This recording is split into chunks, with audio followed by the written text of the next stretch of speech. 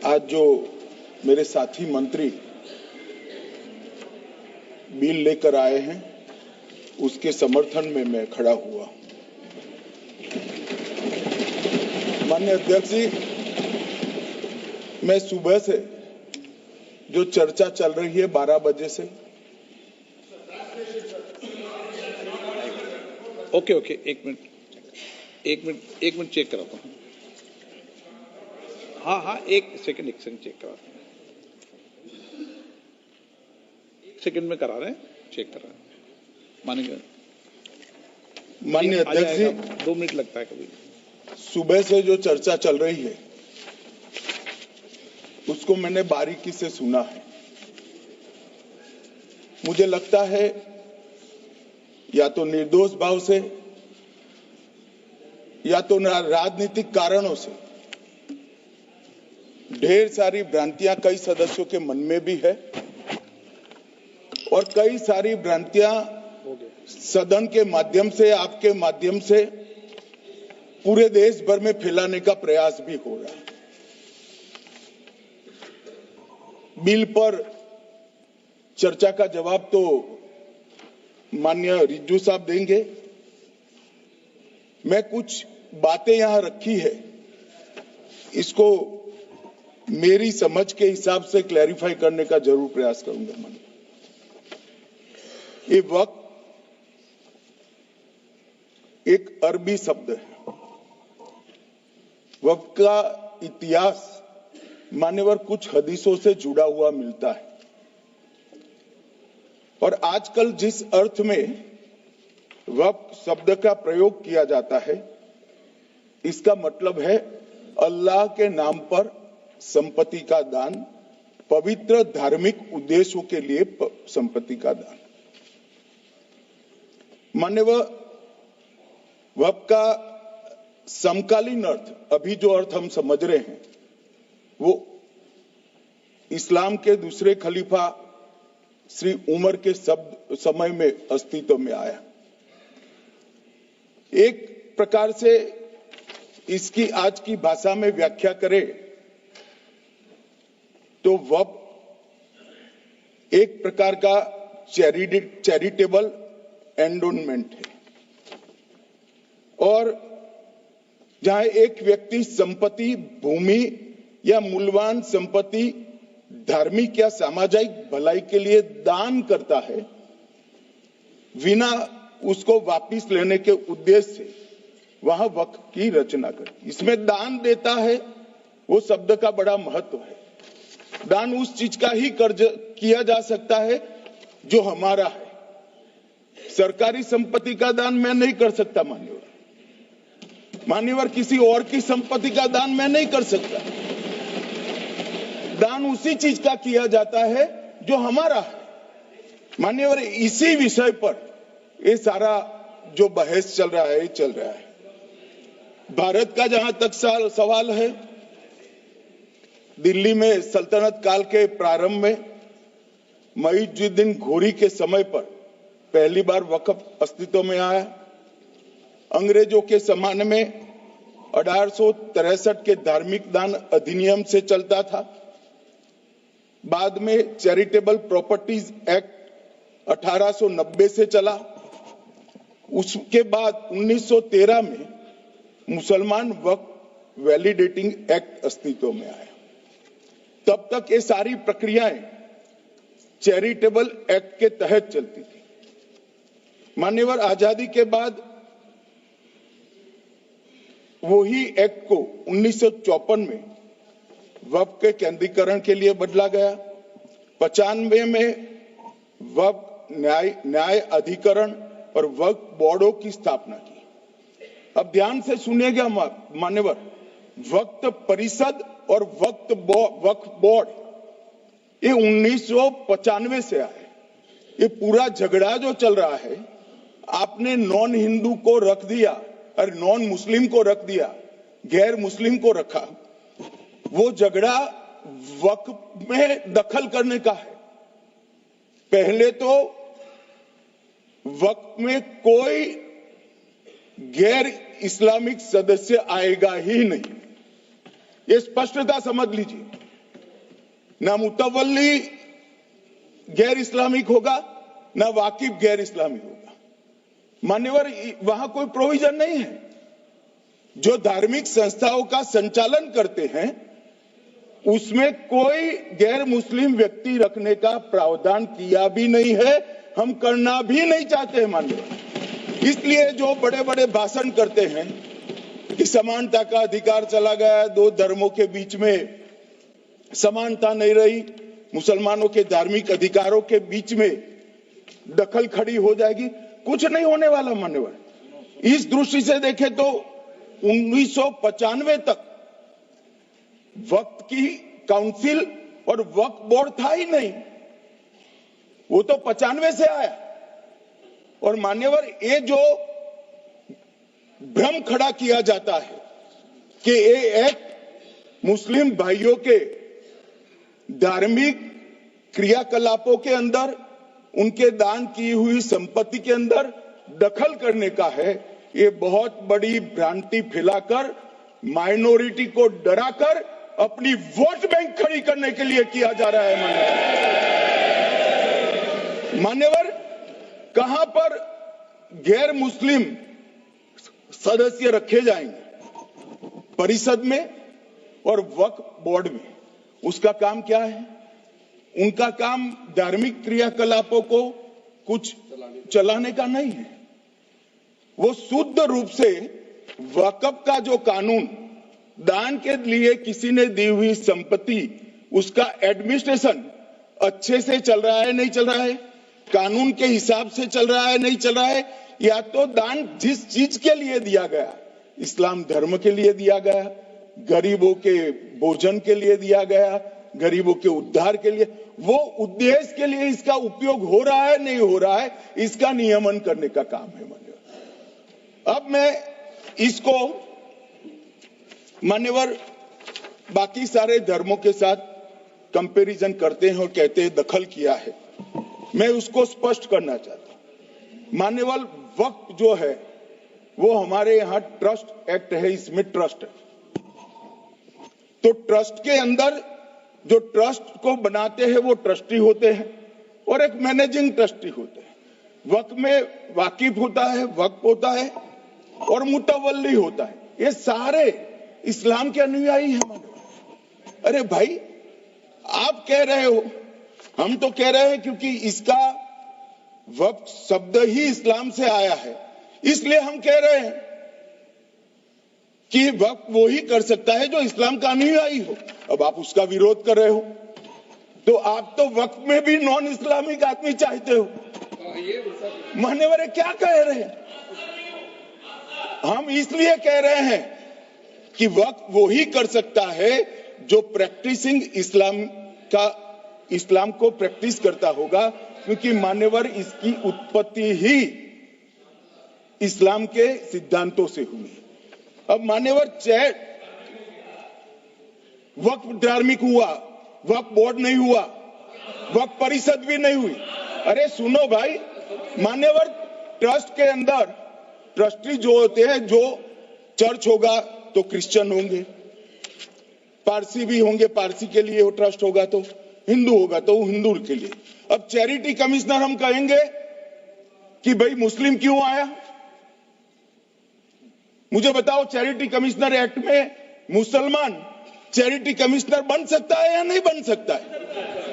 उसको ट्रस्ट नहीं चलाना है, उसको चैरिटी के कानून के हिसाब से वो ट्रस्ट चले, उसकी देखरेख करनी है। ये धार्मिक नहीं है, ये धर्म का काम नहीं है मान्यवर, ये एडमिनिस्ट्रेटिव वर्क है।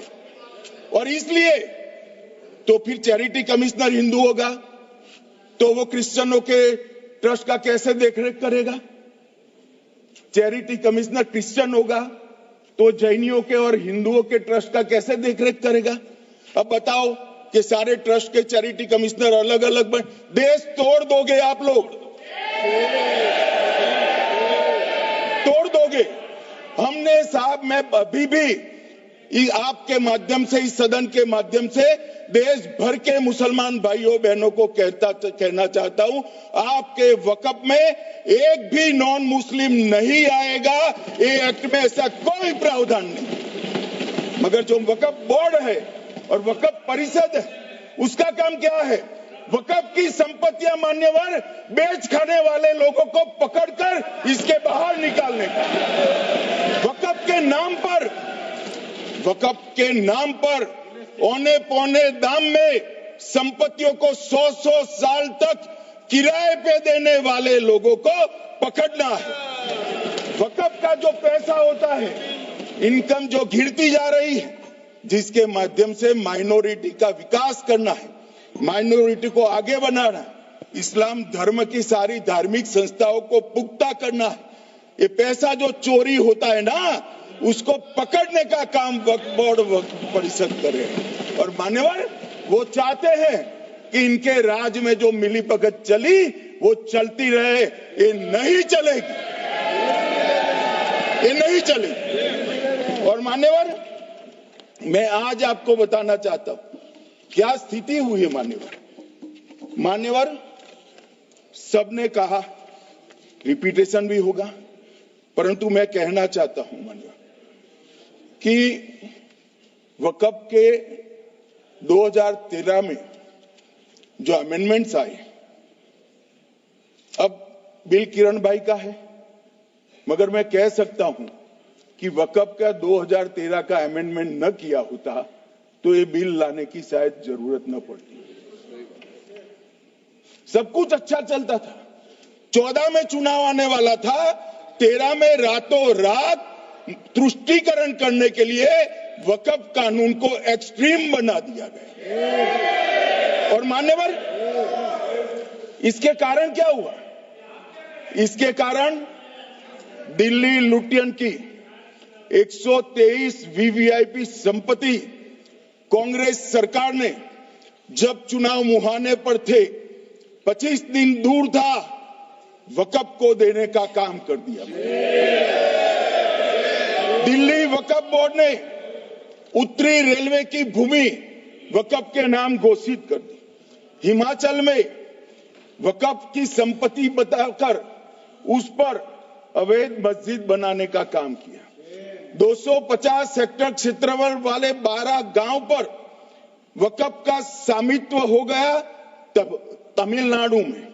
और मान्यवर तमिलनाडु के 1500 साल पुराने तिरुचेंदुरई मंदिर की 400 एकड़ भूमि को वक्फ की संपत्ति घोषित कर।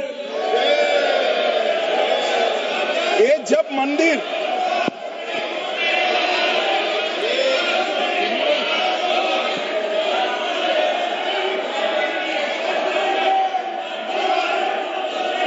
आपको मौका मिले जब अपनी बात कह देना, प्लीज बैठिए। मान्यवर कर्नाटक की, आपको मौका मिले जब अपनी बात कह देना। आप भी बहुत मिसलीड करते हैं, बैठिए।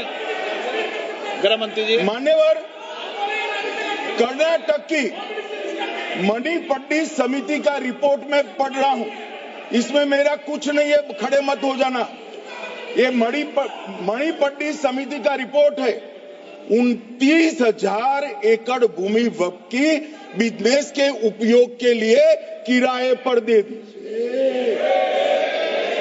मान्यवर 2001 से 12 के बीच 2 लाख करोड़ की वक्फ की संपत्ति निजी संस्थानों को हस्तांतरित कर दी 100 साल की लीज पर। मान्यवर बेंगलुरु में उच्च न्यायालय में बीच में पढ़ना पड़ा, 602 एकड़ भूमि को जब्त करने से रोकना पड़ा। विजयपुर कर्नाटक के होनवाड़ गांव की 1500 एकड़ भूमि पर दावा कर उसको विवाद में डाला और 500 करोड़ की संपत्ति जिस भूमि का मूल्य है वहां 5 स्टार होटल को महीने 12,000 रुपए के किराए से दे दिया। अब मान्यवर ये कहते हैं कि इसका हिसाब किताब न करो, इसकी देखरेख न करो। भाई ये पैसा जो है देश के गरीब मुसलमान का है, ये गन्ना सोटों की चोरी के लिए नहीं, ये इसको रोकने के लिए। और इनके जो ठेकेदार बैठे हैं मान्यवर, ये यहां गरज गरज कर बोलते हैं, कुछ तो समझे बगैर बोलते हैं, कुछ समझ कर बोलते हैं। उनको लगता है कि इससे हम जीत जाएंगे। मान्यवर, कर्नाटक में दत्तापीठ के मंदिर पर क्लेम किया, तालीपरंबा 75 साल पुराने एक दावे के आधार पर 600 एकड़ जमीन का दावा किया और ईसाई समुदाय की भी ढेर सारी जमीनों पर कब्जा कर लिया गया। मान्यवर, आज देश के कई गणमान्य चर्च और चर्च के समूह वक्फ बिल का समर्थन कर रहे हैं। उनको लगता है कि इसका विरोध कर हम मुस्लिम भाइयों की सिंपैथी जीतकर अपनी वोट बैंक पक्का करेंगे, उसमें कोई फायदा नहीं होगा अखिलेश। इसलिए कि 4 साल में मुस्लिम भाइयों को मालूम पड़ जाएगा कि कानून तो उनके फायदे में है। और इसके साथ ये दक्षिण के सारे जो सांसद बोल रहे हैं, अपनी अपनी कॉन्स्टिट्यूएंसी में सारे चर्च को मान्यवर नाराज कर रहे हैं, उनको पता नहीं, सारे चर्च को नाराज करें। सारे चर्च ने रिजोल्व किया है कि हम खिलाफ इसका हम समर्थन करते हैं। मान्यवर, तेलंगाना में 66,000 करोड़ की 1700 एकड़ जमीन पर दावा कर दिया। असम में मोरीगांव जिले की 134 एकड़ भूमि पर दावा हुआ। बिहार का मैं लालू जी के कोर्ट के साथ बाद में बताता हूं। गुरुद्वारा से संबंधित हरियाणा की 14 मरला भूमि को वक्फ को सौंप दिया। और मान्यवर, प्रयागराज में चंद्रशेखर आजाद पार्क को भी वक्फ घोषित किया। और मान्यवर, महाराष्ट्र के वडानगे गांव में महादेव की मंदिर पर दावा किया और बीड में कंकलेश्वर मंदिर की 12 एकड़ जमीन वक्फ बोर्ड ने जबरन ले ली। मान्यवर, ये सब जब जो चल रहा है, इसमें आज भी मैं स्पष्ट करना चाहता हूं, वक्फ जो कि मुस्लिम भाइयों की धार्मिक क्रियाकलाप और उनके बनाए हुए दान से ट्रस्ट है, उसमें सरकार कोई दखल करना नहीं चाहती है। मुतवल्ली भी उनका होगा, वाकिफ भी उनका होगा, वक्फ भी उनका, परंतु वक्फ की संपत्ति, इसका रख रखाव ठीक से हो रहा है नहीं। वक्फ का संचालन कानून के हिसाब से हो रहा है, निजी उपयोग के हिसाब से। सैकड़ों साल पहले किसी बादशाह ने दान किया, हमारी भाषा में कहो तो धर्मादा किया। अब इसकी संपत्ति को आप 12,000 रुपये में 5 सितारा होटल बनाने के लिए दे देते हो, ये उचित है क्या भाई? वो पैसा गरीब मुसलमान के कल्याण के लिए करिए, तलाकशुदा महिलाओं के कल्याण के लिए करिए, जो अनाथ बच्चे हैं उसके कल्याण के लिए करिए। मानिए, और ये करने की जगह बेरोजगार मुसलमान युवाओं के लिए स्किलिंग का काम करिए। लाखों करोड़ों रुपए की भूमि मान्यवर और इनकम 126 करोड़ रुपया। रेलवे की जितनी जमीन है, जिसमें हजारों करोड़ लाखों करोड़ का रेलवे का कारोबार चलता है, इतनी भूमि वक्फ के पास है और इनकम 126 करोड़ रुपए। मान्यवर कहते हैं कि इनकम का क्या उद्देश्य है?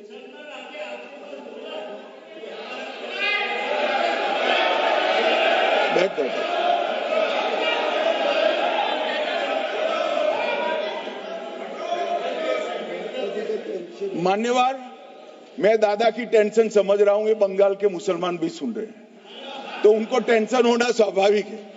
मान्यवर, लालू प्रसाद जी, आज आरजेडी के सारे सदस्य बोले, जब 2013 का अमेंडमेंट आया, मैं लालू जी का तो पूरा पढ़ना चाहता हूं, बाकी सदस्यों का सिर्फ टोकन पढ़ूंगा। लालू जी ने क्या कहा?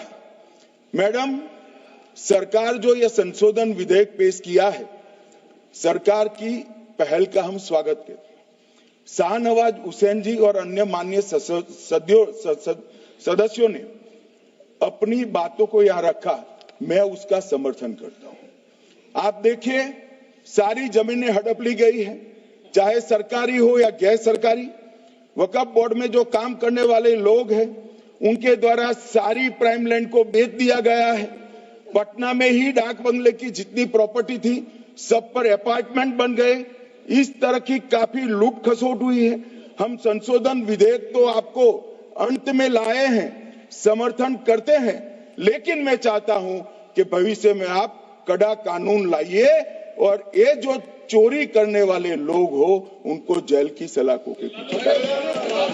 अब सब लालू प्रसाद की इच्छा इन्होंने तो पूरी नहीं की, नरेंद्र मोदी जी ने पूरी कर दी। ये लालू जी ने कहा था एक कड़ा कानून लाइए।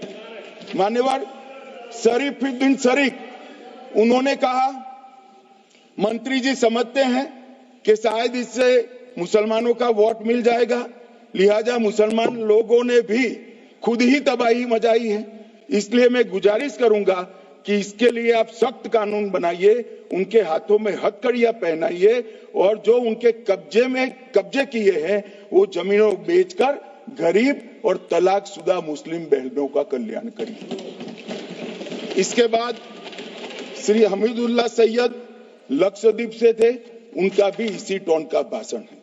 और मान्यवर मैं आज की बात नहीं कर रहा हूं, 2013 का जो बिल कांग्रेस पार्टी लेकर आई इसके विरोध में इनके समर्थकों ने जो कहा था मान्यवर ये है। और क्या होगा भाई इससे? पारदर्शी ऑडिट होगी, आज ऑडिट ही नहीं हो रही। रिपोर्ट ऑनलाइन जमा करने की सिस्टम नहीं है, वो होगी, रिपोर्ट देनी पड़ेगी, बैलेंस शीट जमा करनी पड़ेगी, ऑडिट होगी, कैग के रिटायर्ड ऑफिसर ऑडिट करेंगे और मान्यवर पारदर्शिता आएगी। इससे क्यों डरना चाहिए किसी को? पारदर्शिता से क्यों? और वक्फ बोर्ड और वक्फ परिषद इसका कोई ऑर्डर हम ऐसा नहीं लिख रहे हैं कि कोर्ट में नहीं जा सकते। आपने तो कर दिया था कि ये ऑर्डर को कोई कोर्ट में चैलेंज ही नहीं कर सकता, पूरा संविधान वहां समाप्त कर दिया मान्यवर। और मान्यवर हम तो इसको कहते हैं कि कोई भी चैलेंज कर सकता है कायदे की अदालत में। इस देश में संविधान का राज है, ग्रीवेंसेस जिसका भी हो कोर्ट में जा सकता है। 2013 में जिसकी भूमि हड़पी इसके ग्रीवेंसेस को भी कोर्ट के फोरम से बाहर करने का पाप एक कांग्रेस पार्टी ने किया। मान्यवर एक अफवाह और फैला रहे, रिट्रोस्पेक्टिव इफेक्ट से आ रहा है। मैं स्पष्ट कर देना चाहता हूं, इस सदन में बोलने के वक्त जिम्मेदारी के साथ बोलना चाहिए। अगर ये कानून का पहला पेज और तीसरी तक धाराएं भी पड़ी होती तो इसमें स्पष्ट लिखा है ये कानून का अमल जिस दिन पारित होने के बाद भारत सरकार नोटिफिकेशन बाहर निकालेगी उस दिन के बाद होगा। मतलब रिट्रोस्पेक्टिव इफेक्ट नहीं है, मगर मुस्लिम भाइयों को डराया जा रहा है कि रिट्रोस्पेक्टिव इफेक्ट से आएगा। मान्यवर ये कह रहे कलेक्टर क्यों रखा है? मुझे एक बात बताओ भाई, जो बता सकते हैं, अगर किसी मंदिर के लिए जमीन खरीदनी है तो जमीन की मालिकी किसकी है वो हमारे देश में कौन तय करता है? सबको मालूम है, कलेक्टर करता है सर, रेवेन्यू ऑफिसर वही है। तो अगर वक्फ की भूमि जो वक्फ कर रहा है उसकी है या नहीं है, इसकी जांच कलेक्टर करे तो इसमें आपत्ति क्या है? वक्फ तो दान है भाई, और दान अपनी संपत्ति का किया जा सकता है, किसी और की संपत्ति का नहीं किया जा सकता। गांव में कोई बेचारा अमेरिका गया है 4 महीने पढ़ने के लिए, घूमने के लिए, आता है तो कि वक्फ घोषित हो गया। कोई कारोबार करने के लिए दिल्ली आया, आता है तो कि वक्फ घोषित हो गया। अरे ऐसा नहीं होता भाई, कलेक्टर को पूछना पड़ेगा सरकारी संपत्ति है या नहीं है, इसकी जांच करनी चाहिए या नहीं करनी चाहिए। ढेर सारे मंदिर बनते हैं, बने भी है, बनेंगे भी, ढेर सारे चर्च बने हैं, गुरुद्वारे बने हैं, सरकारी संपत्ति पर बन सकते हैं क्या? नहीं बन सकते मान्यवर। जहां वक्फ की घोषणा होती है वो भूमि सरकारी है या नहीं है वो सत्यापित करना ही चाहिए, और कलेक्टर के अलावे इसको कोई सत्यापित नहीं। मान्यवर इन्होंने इन्होंने, मैंने पहले भी बताया मान्यवर, कोर्ट को भी रास्ते से निकाल दिया। मैं बाद में बात करता हूं मान्यवर, ये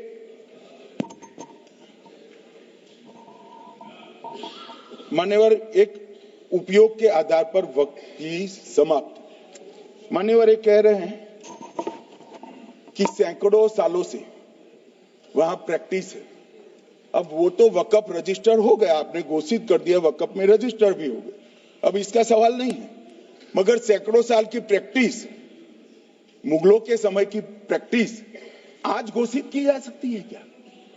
अगर वहां नमाज पढ़ रहे हैं तो लोग देखते होंगे, कब्रिस्तान होगा लोग देखते होंगे, दरगाह होगी तो लोग देखते होंगे, और घोषित भी हो चुका होगा, रजिस्टर भी हो चुका होगा।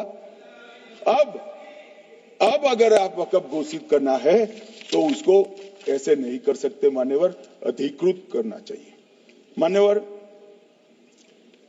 जो दूसरा सुधार लेकर आए किरण जी, वो ही है कि धारा 36 में वक्फ संपत्तियों को बिना किसी स्पष्ट प्रक्रिया से, मालिकी की प्रक्रिया से पंजीकृत नहीं किया जा सकता। मान्यवर, अपील का प्रावधान वर्तमान में अधिनियम में ट्रिब्यूनल के निर्णय के खिलाफ अपील करने का कोई प्रावधान नहीं है। ये दृष्टिभ्रम खड़ा कर रहे थे गोगाई जी कि हाईकोर्ट में जा सकते। हाईकोर्ट में सिविल सूट नहीं जा सकता, रीट के अधिकारों का उपयोग कर हाईकोर्ट में जा सकते। सिविल सूट में ज्यादा प्रोटेक्शन मिलता है मूल मालिक को। आपने सिविल सूट को खत्म कर दिया था। रीट के जुडिक्शन बहुत सीमित है, हम सब जानते हैं कि ये सीमित कर दिया गया था, आप भी जानते हो, मगर आपको वोट बैंक चाहिए। मान्यवर, ये हमारा स्पष्ट सिद्धांत है भारतीय जनता पार्टी की, मोदी सरकार का, कि वोट बैंक के लिए हम कोई कानून नहीं लाए। कानून न्याय के लिए होता है, कानून लोगों के कल्याण के लिए होता है। इन्होंने कहा कैसे कैसे कानून आए हैं, मैं बता देता हूं सब। अभी कांग्रेस के महासचिव और माननीय सदस्य कह रहे थे क्या कानून आ रहे हैं, सब किस प्रकार के कानून आ रहे हैं। मान्यवर, इसी सदन में नरेंद्र मोदी सरकार ही महिलाओं को 33% आरक्षण का कानून लाई। इसी सरकार में पिछड़ों को संवैधानिक अधिकार दिया गया। मान्यवर, इसी सरकार में बजट जो आए, इसमें गरीबों को गैस, शौचालय, पानी, 5 लाख तक का बीमा, 5 किलो अनाज, बिजली और घर दिए गए। मान्यवर, और कन्वर्जन कानून की बात करते थे और हंसते हंसते कहते थे कर्नाटक सरकार कन्वर्जन कानून लेकर आई है। सबसे पहला कन्वर्जन कानून उड़ीसा और मध्य प्रदेश में कांग्रेस सरकार लेकर आई, मगर उस वक्त कांग्रेस सरकार तुष्टीकरण की नीति पर नहीं चलती थी, महात्मा गांधी के सिद्धांतों पर चलती थी। मध्य प्रदेश और उड़ीसा में सबसे पहला कन्वर्जन के खिलाफ कानून कोई लाया तो कांग्रेस पार्टी लाई, और मुझे गर्व है मेरी पार्टी की सरकारें कन्वर्जन पर कानून लाती। मान्यवर, सबको अपना धर्म का अनुसरण करने का अधिकार है, कोई शौक से करे, मगर लोभ, लालच, भय, इससे धर्म परिवर्तन नहीं कराया जा सकता। किसी गरीब के पास खाना नहीं है, खाना देकर उसका धर्म बदला दोगे? कोई थोड़ा कम पढ़ा लिखा व्यक्ति है, उसका धर्म बदला दोगे? ऐसे नहीं होगा मान्यवर। और आपने भी किए हैं कानून, आप नए नए आए हो, आपको मालूम नहीं है मान्यवर, इनको मालूम नहीं, अभी अभी आए हैं 5 साल से। ये कांग्रेस पार्टी ने कानून किए थे मान्यवर। अपील का प्रावधान भी हमने आगे बढ़ाया, और गैर मुसलमानों के द्वारा दान की गई संपत्तियों पर, गैर मुसलमानों की दान की संपत्तियों पर वक्फ अधिनियम को हमने लगने से मना कर दिया। माने उनके लिए चैरिटी कमिश्नर का कायदा है। ये प्रैक्टिसिंग इस्लाम, जो इस्लाम की प्रैक्टिस करते हैं, इसीलिए मान्यवर हमने ओवरराइडिंग इफेक्ट को भी समाप्त कर दिया। मान्यवर, ट्रस्ट का नियमन करने का जो कानून होता है, जैसे चैरिटी कमिश्नर के कानून में कोई ओवरराइडिंग इफेक्ट नहीं है। जहां क्लासेस आते हैं वहां ओवरराइडिंग इफेक्ट होती है। यहां ओवरराइडिंग इफेक्ट इसलिए देगी कि आप जिसकी संपत्ति हड़पी जाएगी उसको कोर्ट से जाने से रोकना चाहते थे, इसलिए ओवरराइडिंग इफेक्ट जो हमने मान्यवर निकाल दिया है। मान्यवर, एक ऐसी चर्चा लेकर आए कि चर्चा नहीं, मैं आपको बताना चाहता हूं 2013 में जो अमेंडमेंट बिल आया, जिसके कारण ये बिल लाना पड़ा, वो बिल में कुल मिलाकर 5.4 घंटे चर्चा हुई थी, 5.5 घंटे दोनों सदन मिलाकर, और इस बिल में दोनों सदन मिलाकर 16 घंटे चर्चा हो रही है। मान्यवर, 16 घंटे। इसके अलावे हमने डिमांड किया समिति बनाओ, समिति भी बनाई, 38 मीटिंगें हुई, 113 घंटे चर्चा हुई, 284 हितधारक बनाए गए, वक्फ बोर्डों की संख्या जो उपस्थित वक्फ बोर्ड भी हुए राज्यों के 25 हुए, राज्य सरकार के प्रतिनिधि 15 राज्य सरकारों के आए, सांसद 8 हुए, विधायक विधान परिषद 7 हुए, और अध्ययन दौरे 3 किए गए, और अल्पसंख्यक आयोगों को भी 5 बुलाया गया। ये सबसे 92.68 लाख करीब 1 करोड़ सुझाव देश भर से ऑनलाइन आए। इसकी मीमांसा कर ये कानून बना है। आप ऐसे इसको खारिज नहीं कर सकते हो पूरी प्रक्रिया को। आप जो कर रहे हैं 5.5 घंटे की प्रक्रिया, ये बहुत लोकतांत्रिक प्रक्रिया है, और हम 16 घंटे चर्चा करते हैं कि चर्चा आपके अनुरूप चर्चा नहीं हो सकती। ये सदन में हर सदस्य बोलने के लिए स्वतंत्र है, कोई परिवार की यहां चलती नहीं है। ये तो जनता के नुमाइंदे हैं, किसी की कृपा से नहीं आए हैं। मान्यवर, वो जो दिल में है, जो जनता की आवाज है, वो रखेंगे। मान्यवर, एक सदस्य द्वारा कहा गया कि ये मिसलीडिंग है कि पुराने कानून में 2013 के जो अमेंडमेंट्स थे उसमें अपील का प्रोविजन था। अब मैं कहना चाहता हूं 83(9) उसमें अधिकरण द्वारा किए गए किसी भी विनिश्चय का आदेश विरुद्ध, चाहे वो अंतरिम हो या फाइनल, इस पर अपील नहीं हो सकती। इसका मतलब अपील का प्रोविजन आपने रखा ही नहीं था। सिविल न्यायालय, राजस्व कोर्ट और अन्य प्राधिकरण उसके अधिकार क्षेत्र पर भी प्रतिबंध लगा दिया, और सरकारी अधिसूचना जो बाद में वक्फ बोर्ड और वक्फ परिषद के एडवाइस से होगी, इसको भी कोई चुनौती नहीं दे सकता। मान्यवर, मुझे ये बताओ कि अभी अभी फैशन है संविधान लहराने की। ये संविधान के हिसाब से सरकार का या किसी भी निजी संस्था का कोई भी फैसला मान्यवर कायदे की कोर्ट से बाहर कैसे हो सकता है? कोई भी फैसला, ये देश की अदालत वो फैसले तक रुचि नहीं रखेगी। नागरिक ग्रीवेंसेस लेकर कहां जाएंगे? जिसकी भूमि हड़प कर ली गई वो कहां जाएगा? ऐसा नहीं चलेगा। आपकी वोट बैंक के लिए आपने किया था, हम खारिज कर रहे हैं, ऐसा नहीं चलेगा। अदालत में जाइए, जिसको ग्रीवेंसेस है इधर और साइड से, और अदालत न्याय करेगी। न्याय के लिए तो अदालतें बनी है। और मान्यवर, यहां एक सदस्य ने कह दिया माइनॉरिटी इस कानून को स्वीकार नहीं करेगी। क्या धमकाना चाहते हो भाई? संसद का कानून है, सबको स्वीकार करना पड़ेगा। स्वीकार नहीं करेंगे मतलब क्या है? कैसे बोल सकते हैं कोई हम कानून को स्वीकार नहीं करेंगे? एक कानून भारत सरकार का है, हर एक पर बंधन करता होगा और इसको स्वीकार करना पड़ेगा।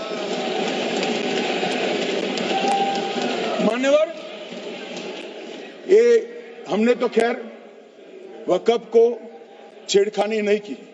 वक्फ बोर्ड और वक्फ परिषद के अंदर बदलाव किया है, मगर वक्फ के लिए भी क्या क्या जजमेंट आए। सैयद फजल पुकोया थंगल बनाम भारत संघ 10/11/28 को केरल उच्च न्यायालय ने उन्होंने कहा वक्फ बोर्ड एक स्टैट्यूटरी बॉडी है, यह मुस्लिम समुदाय का प्रतिनिधि निकाय नहीं है। इसका फंक्शनिंग मान्यवर एडमिनिस्ट्रेटिव है। धार्मिक क्रियाकलापों को तो वक्फ ने करना है, चाहे कब्रिस्तान हो, चाहे दरगाह हो, चाहे मस्जिद हो, चाहे चैरिटी का काम, वो वक्फ बोर्ड को नहीं करना है भाई। ये केरल हाईकोर्ट ने किया, इलाहाबाद हाईकोर्ट ने भी, उसने तो मुतवल्ली तक भी कहा है, मगर हम मुतवल्ली तो जो धर्म का है वही रखेंगे।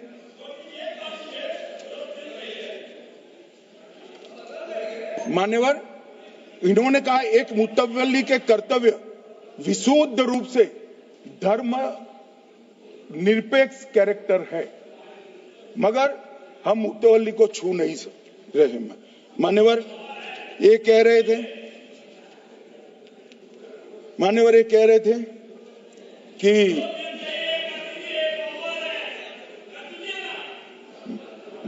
ये कह रहे थे कि कोई गड़बड़ियां नहीं हुई। मान्यवर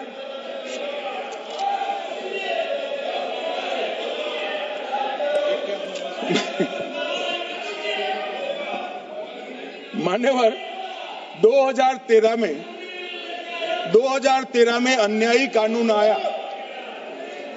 भाई करने थोड़ा शांत हो जाइए। ये 26 के कारण डरे हुए और कुछ कारण नहीं। चुनाव जो है ना अक्टूबर में, 25 में जो चुनाव है इसके कारण डरे। मान्यवर भाई बैठ जाओ।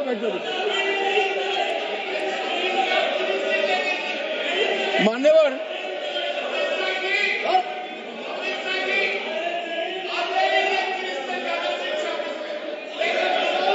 बैठो। बंगाल में आकर कहूंगा ये राजनीतिक हिसाब किताब का अखाड़ा नहीं है, छाती पर ठोक कर कहूंगा ज्यादा सीधा है।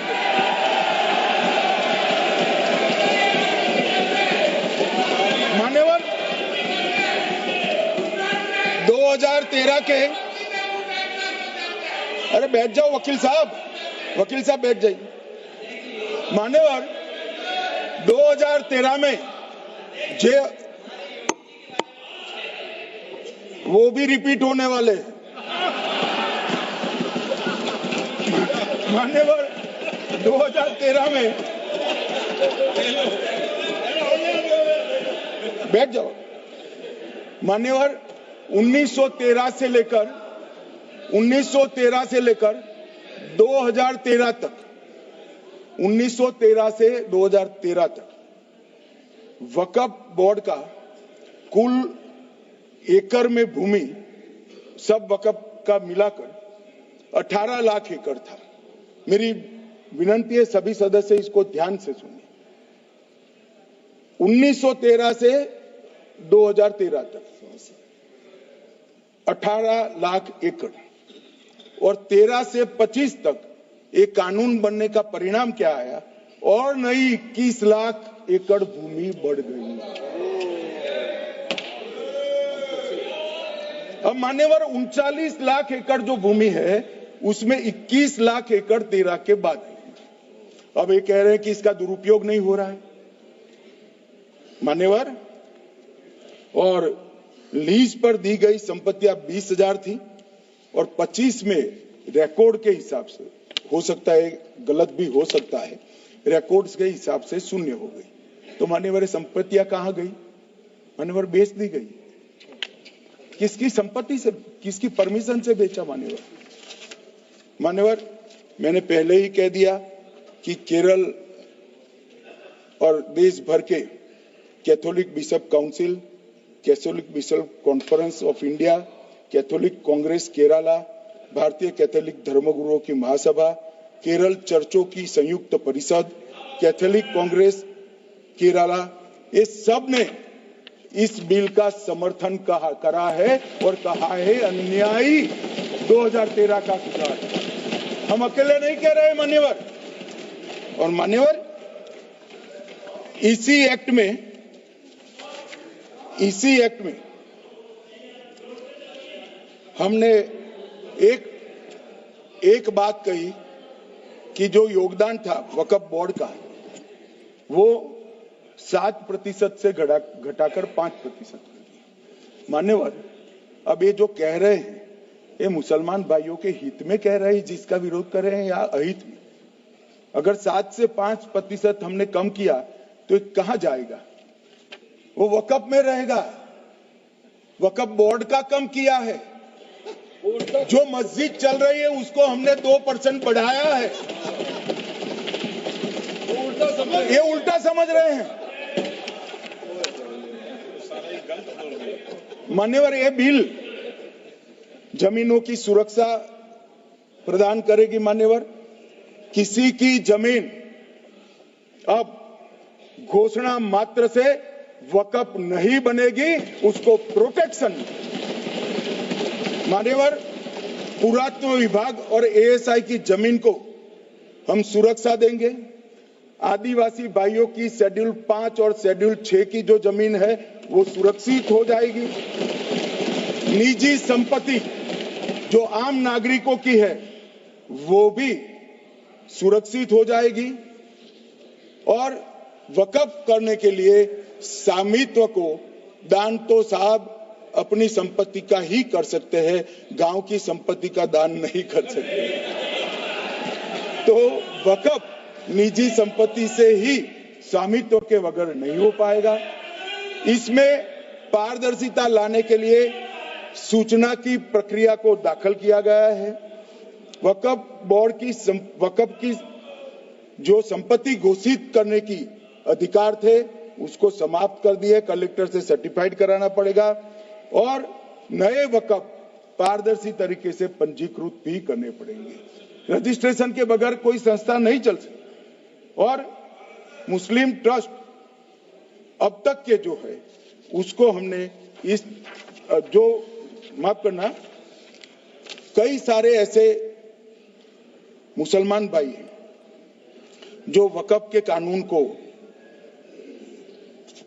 अंदर दायरे में आना नहीं चाहते। मुझे मिले थे वोरा समाज वाले, वोरा समाज है, अहमदिया है, कई सारे ऐसे समुदाय हैं, सिया भी है, पसमंदाओं के भी कुछ ट्रस्ट हैं।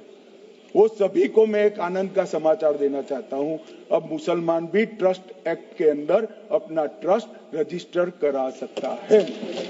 इसके लिए कंपलसरी नहीं है कि वो वक्फ के कानून में भी जाए, चैरिटी कमिश्नर एक्ट के तहत वो करने वाला है। मान्यवर, भूमि के रिकॉर्ड का कार्यालय होगा, समाचार पत्र और क्षेत्रीय भाषाओं में इसकी एडवर्टाइज दी जाएगी। ढेर सारे प्रावधान मान्यवर इसके अंदर किए हैं। महिला, सिया, पसमंदा, वोरा, अहमदिया उनका हमने समावेश किया ही है। और उन्होंने कहा, मैं सुन रहा था मान्यवर, एक फैशन हो गई। राम जन्मभूमि का मंदिर बनाने की बात आई तो इस देश के अंदर खून की नदियां बह जाएगी, मुसलमान रोड पर आ जाएगा, मुसलमानों का ये हो जाएगा, वो ट्रिपल तलाक, फिर से डर, सीए आया कि मुसलमानों की नागरिकता चली जाएगी।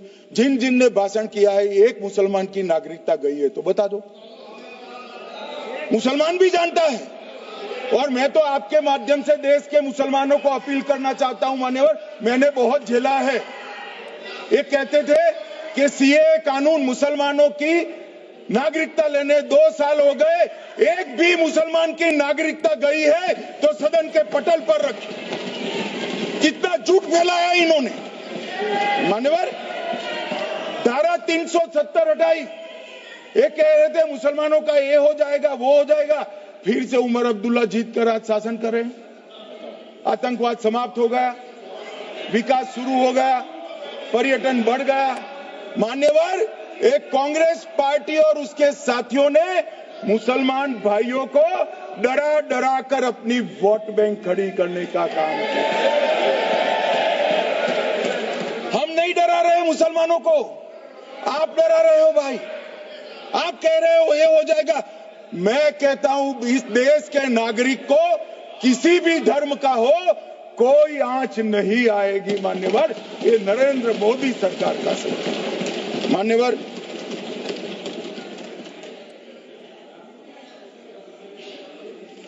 इनको मान्यवर ना पिछड़ों की चिंता है ना मुसलमानों की। ये सालों से जातिवाद और तुष्टीकरण इसके आधार पर काम करते हुए आए हैं और जातिवाद और तुष्टीकरण की राजनीति कर कर अपने परिवार की पॉलिटिक्स को आगे बढ़ाए हैं। मगर 2014 से मान्यवर जातिवाद, तुष्टीकरण और परिवारवाद को एक साथ नरेंद्र मोदी ने समाप्त कर कर विकास की राजनीति इस देश में प्रस्तावित की। पॉलिटिक्स ऑफ परफॉर्मेंस, परफॉर्म करिए और चुनकर आइए। 3 टर्म मोदी जी को चुना है और 3 टर्म भारतीय जनता पार्टी की सरकार रहने वाली है। मेरी बात ठीक कर मान्यवर। अंत में मैं किरण जी को बहुत बहुत बधाई देना चाहता हूं कि बहुत अभ्यास कर कर सारे दूषणों को निकालकर वक्फ कानून को शुद्ध, पारदर्शी और उद्देश्यों को समर्पित बनाने का काम रिज्जू साहब लेकर आए हैं। मैं इसका समर्थन करता हूं।